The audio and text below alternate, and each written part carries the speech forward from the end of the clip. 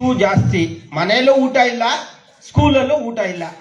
ಒಂದು ಉಪ್ಪಿಟ್ಟು ಅಂತ ಕೊಡ್ತಿದ್ರು ಇದೇ ಸ್ಕೂಲಲ್ಲಿ. ನಾವು ಇದೇ ಸ್ಕೂಲಲ್ಲಿ ಓದಿರೋದು 7 ವರ್ಷ 6 ವರ್ಷ ಇದೇ ಸ್ಕೂಲು, ಇದೇ ಮೈದಾನ ಆಟ ಆಡ್ತಿದ್ದು. ನೀವೇನು ಇವತ್ತು ಬಿಲ್ಡಿಂಗ್ ಕಟ್ಟಿ ಒಳಗಡೆ ಕಟ್ಟಡ ಅದೇ, ಅಲ್ಲೇ ನಮ್ಮ ಕುಸ್ತಿ, ಖೋಖೋ, ಕಬಡ್ಡಿ ಎಲ್ಲ ಅಲ್ಲೇ ನಡೀತಾ ಇದ್ದು. ಈಗ ಹೊಸ ಬಿಲ್ಡಿಂಗ್ ಆಗಿರೋದು. ಮತ್ತೆ ಇದು ಕಾಂಪೌಂಡ್ ಇರಲಿಲ್ಲ ಇಲ್ಲಿ. ನಾವೇ 7ನೇ ಕ್ಲಾಸಲ್ಲಿ, ನಾನು ಹೋದ ವರ್ಷ ಕೂಡ ಹೇಳಿದ್ದೆ, ಇನ್ನೊಮ್ಮೆ ಹೇಳ್ತೀನಿ, ಈ ಕಾಂಪೌಂಡ್ ಕಟ್ಟಲಿಕ್ಕೆ ಮತ್ತೆ ಮರ ಬೆಳೆಸಲಿಕ್ಕೆ ಇಲ್ಲಿ ಏಕ ಮರ ಇತ್ತು. ನಾವು 7ನೇ ಕ್ಲಾಸ್ ಓದ್ತಿದ್ದಾಗ ಸುಮಾರು 106 ಮರಗಳು ಹಾಕಿದ್ದು, ಅದರಲ್ಲಿ 40-50 ಮರಗಳಿತ್ತು. ಅಲ್ಲಿದೆ ನೋಡಿ, ಒಂದೇ ಒಂದು ಬಾಕಿ ಉಳ್ಕೊಂಡದೆ. ಆ ಸಣ್ಣ ಇದ್ರದಿಂದ ಅದು ಬಿಟ್ಟಿರೋದು. ಆ ಕಾಂಪೌಂಡ್ ಹಾಕ್ಸಿದ್ದು ನಾವು ಬೆಳೆಸಿದ ಮರಗಳಿಂದ ಹರಾಜು ಮಾಡಿ. ಈಗಿರ್ತಕ್ಕಂಥ ಚೀಫ್ ಮಿನಿಸ್ಟರ್ ಯಾರಿದ್ದಾರೆ, ಜಿಲ್ಲಾ ಉಸ್ತುವಾರಿ ಮಂತ್ರಿಗಳು, 70,000ಕ್ಕೆ ಹರಾಜು ಮಾಡಿ ಅದನ್ನ 1 ಲಕ್ಷ ತಂದು 1,10,000 ರೂಪಾಯಿಗೆ 3 ಎಕರೆ ಕಾಂಪೌಂಡ್ ಹಾಕಿರೋದು. ಯಾಕೆ ಮಾತನ್ನ ಹೇಳ್ತೀನಿ ಅಂದ್ರೆ, ಅವತ್ತು ಶಿಕ್ಷಣ ವ್ಯವಸ್ಥೆ ಕಷ್ಟ ಇತ್ತು. ಇವತ್ತು ಸರ್ಕಾರ ಎಲ್ಲ ಸವಲತ್ತುಗಳನ್ನ ಕೊಟ್ಟಿದ್ರೆ ತಂದೆ ತಾಯಿಗಳು ಅದನ್ನ ಮರೆತು ಬೇರೆ ಒಂದು ಖಾಸಗಿ ಶಿಕ್ಷಣಕ್ಕೆ ಲಕ್ಷಾಂತರ ರೂಪಾಯಿ ಸುರಿಯುವಂತ ಕೆಲಸವನ್ನ ಮಾಡ್ತಾ ಇದ್ದಾರೆ. ಅದರಿಂದ ನಿಮ್ಮ ಬದುಕನ್ನ ಹಾಳು ಮಾಡ್ತಾರೆ. ಯಾಕೆ ಅಂದ್ರೆ, ಇಲ್ಲಿ ಇವ್ರು ಹೇಳ್ದಂಗೆ ಒಳ್ಳೆಯ ಶಿಕ್ಷಣವನ್ನ ಪಡೆದು ಒಳ್ಳೆಯ ಪದವಿಯನ್ನ ತಗೊಂಡು ಸರ್ಕಾರದ ಜೊತೆನಲ್ಲಿ ಫೈಟ್ ಮಾಡಿ ಬಂದಂತ ಉನ್ನತ ಶಿಕ್ಷಕಿಯರಿಂದ ನಿಮಗ್ ಪಾಠ ಮಾಡಿಸ್ತಾರೆ. ಇವ್ರಿಗೆ 60-70,000 50,000 ಸಂಬಳ ಇರುತ್ತೆ. ಆದ್ರೆ ಅಲ್ಲಿ 8,000 ರೂಪಾಯಿ ಸಂಬಳ ಕೊಡುವಂತ ಶಿಕ್ಷಕರ ಕೈಲಿ ನಿಮಗ್ ಪಾಠ ಮಾಡಿಸ್ತಾರೆ. ಆದ್ರೆ ನಿಮ್ ಕೈಯಿಂದ, ನಿಮ್ ತಂದೆ ತಾಯಿಗಳ ಕೈಯಿಂದ ಲಕ್ಷಾಂತರ ರೂಪಾಯಿ ಹಣವನ್ನ ದೋಡ್ತಾರೆ. ಜೊತೆಗೆ van fees, book fees, pen fees ಅಂತೇಳಿ ಎಲ್ಲವನ್ನ ಭರಿಸುವಂಗೆ ನಿಮಗಿಂತ ಜಾಸ್ತಿ ಶಿಕ್ಷಣದ ಹೊರೆಯನ್ನ ನಿಮ್ಮ ತಂದೆ ತಾಯಿ ಕೊಡ್ತಾರೆ. ಅದರಿಂದ ನಿಮ್ಮ ಕುಟುಂಬ ಮತ್ತಷ್ಟು ದುರ್ಬಲ ಆಗ್ತದೆ. ಈ ಒಂದು ಶಾಲೆ ಏನಿದೆ, ಇದು ದಲಿತರ, ಹಿಂದುಳಿದರ, ಕೂಲಿ ಕಾರ್ಮಿಕರ, ಕೃಷಿಕರ ಮಕ್ಕಳ ಅನುಕೂಲಕ್ಕಾಗಿ, ಇದು ಬಡವರ ಅನುಕೂಲಕ್ಕಾಗಿ ಶಿಕ್ಷಣದಿಂದ ಮಕ್ಕಳನ್ನ, ಬಡವರ ಮಕ್ಕಳಿಂದ ಮುಖ್ಯವಾಹಿನಿಗೆ ತರಲಿಕ್ಕೆ, ಆರ್ಥಿಕವಾಗಿ ಸಾಮಾಜಿಕವಾಗಿ ಸದೃಢ ಪಡೀಲಿಕ್ಕಾಗಿ ಇಂಥ ಒಂದು ಶಿಕ್ಷಣವನ್ನ ಕೊಡ್ತಾ ಇರೋದು. ಅದಕ್ಕೋಸ್ಕರ ನಿಮ್ಗೆ, ನಿಮ್ಮ ತಂದೆ ತಾಯಿಗಳಿಗೆ ಯಾವುದೇ ಜವಾಬ್ದಾರಿ ಇರಬಾರ್ದು ಅಂತೇಳಿ ಪ್ರತಿಯೊಂದನ್ನು ಇಲ್ಲಿ ಎಣ್ಣೆ, ಸಿಗಕಾಯಿ, ಊಟ ನಮ್ಮ ಮನೆಯಲ್ಲಿ ನಮ್ಗೆ ಸಿಗುದಿಲ್ಲ, ನಿಮ್ಗೆ ವಾರಕ್ಕೊಂದ್ಸರಿ ಚಿಕನ್ ಮಟನ್ ಏನೋ ಹಾಕ್ತಾರೆ ಅನ್ಸುತ್ತೆ.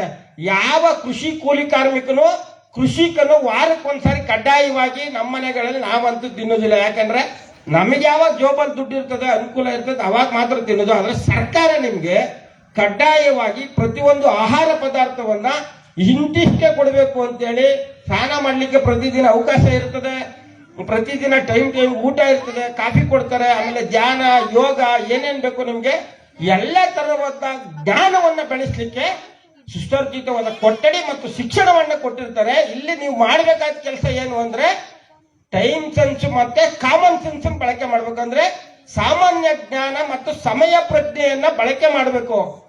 ಯಾವಾಗ ನೀವು ಸಮಯ ಪ್ರಜ್ಞೆಯನ್ನ ಬಳಕೆ ಮಾಡ್ತೀರಿ, ಶಿಕ್ಷಕರು ಏನ್ ಹೇಳ್ಕೊಟ್ಟಿರ್ತಾರೆ ಅದನ್ನ ಕಾಲ ಕಾಲಕ್ಕೆ ಕಲ್ತ್ರೆ, ನಾಳೆ ದಿನ ಇದೇ ವೇದಿಕೆಯಲ್ಲಿ ನೀವು ಬಂದು ಕೂತು ನಮ್ಮ ಮಕ್ಕಳಿಗೋ ಮೊಮ್ಮಕ್ಕಳಿಗೋ ನೀವು ಪಾಠ ಮಾಡುವಂತ, ಅಥವಾ ಒಬ್ರು IAS IPS ಆಗುವಂತದ್ದು, ಒಬ್ಬ ಶಿಕ್ಷಣ ಸಚಿವರು ಆಗ್ಬೋದು, ಯಾರು ಗೊತ್ತು, ಇಲ್ಲೇ ಹುಟ್ಟಿದವರು MLA MP ಆಗಿ ಇದೇ ಸ್ಕೂಲಲ್ಲಿ ಹೋದವರು ನಮ್ಮ S ಕೃಷ್ಣಪ್ಪರ್ ಅವರೆಲ್ಲ MLA ಆಗವ್ರೆ, ಗ್ರಾಮ ಪಂಚಾಯತ್ ಮೆಂಬರ್ ಆಗವ್ರೆ, ಅಧ್ಯಕ್ಷರಾಗವ್ರೆ, ಪುರಸಭೆ ಅಧ್ಯಕ್ಷರಾಗವ್ರೆ, ಇದೇ ಶಾಲೆಯಲ್ಲಿ ಓದಿರೋದು.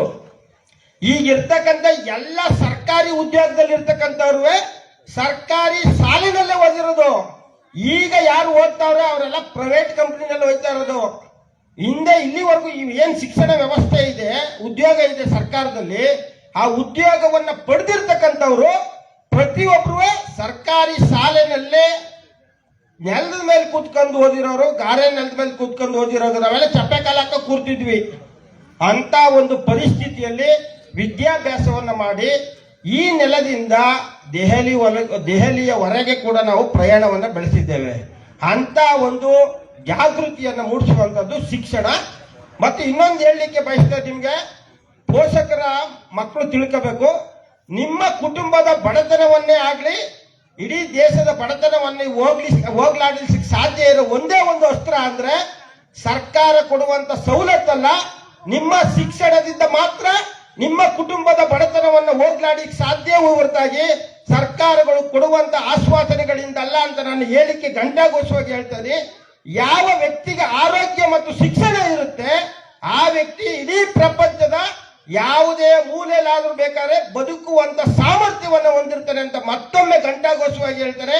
ಹಂಗಾಗಿ ಕುಟುಂಬದ ಬಡತನ ಮತ್ತು ಬುದ್ಧಿವಂತಿಕೆಯನ್ನ ಸಾರ್ವಜನಿಕವಾಗಿ ನಮ್ಮ ಕುಟುಂಬವನ್ನು ಮುಖ್ಯವಾಹಿನಿಗೆ ತರಲಿಕ್ಕೆ ವಿದ್ಯಾ ಒಂದೇ ದೊಡ್ಡ ಅಸ್ತ್ರ ಅಂತೇಳಿ ನೀವು ಅದನ್ನ ಮುಂಚೂಣಿಯಲ್ಲಿಟ್ಟು ಜ್ಞಾನವಾಗಿ ಬೆಳೆಸ್ಕೊಂಡ್ರೆ ನೀವು ಕೂಡ ಮುಂದಿನ ಮಟ್ಟದಲ್ಲಿ ಜಿಲ್ಲಾ ಮಟ್ಟ ರಾಜ್ಯ ಮಟ್ಟವನ್ನು ಪ್ರತಿನಿಧಿಸುವಂತ ಒಬ್ಬ IPS ಅಧಿಕಾರಿನೂ ಆಗ್ಬೋದು, IAS ಅಧಿಕಾರಿನೂ ಆಗ್ಬೋದು.